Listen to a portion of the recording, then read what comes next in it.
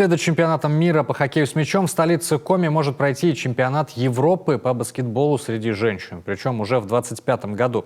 Вопрос рассмотрели на совещании у зампреда правительства, министра экономического развития и промышленности республики Эльмиры Ахмеевой. Для организации мероприятия международного уровня необходимо соблюсти требования по игровым площадкам, техническому оборудованию, местам проживания и ряду других позиций. Минспорта республики уже готовит запрос о предоставлении всех требований к организации и проведению чемпионата Европы по баскетболу в адрес Федерации баскетбола России.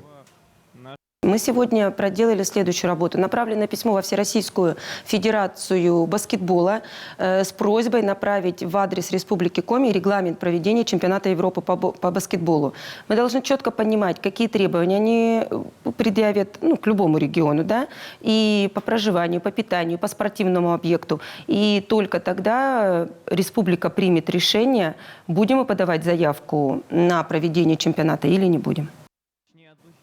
Запрос в Федерацию баскетбола России было решено отправить по итогам встречи Минспорта с региональной федерацией.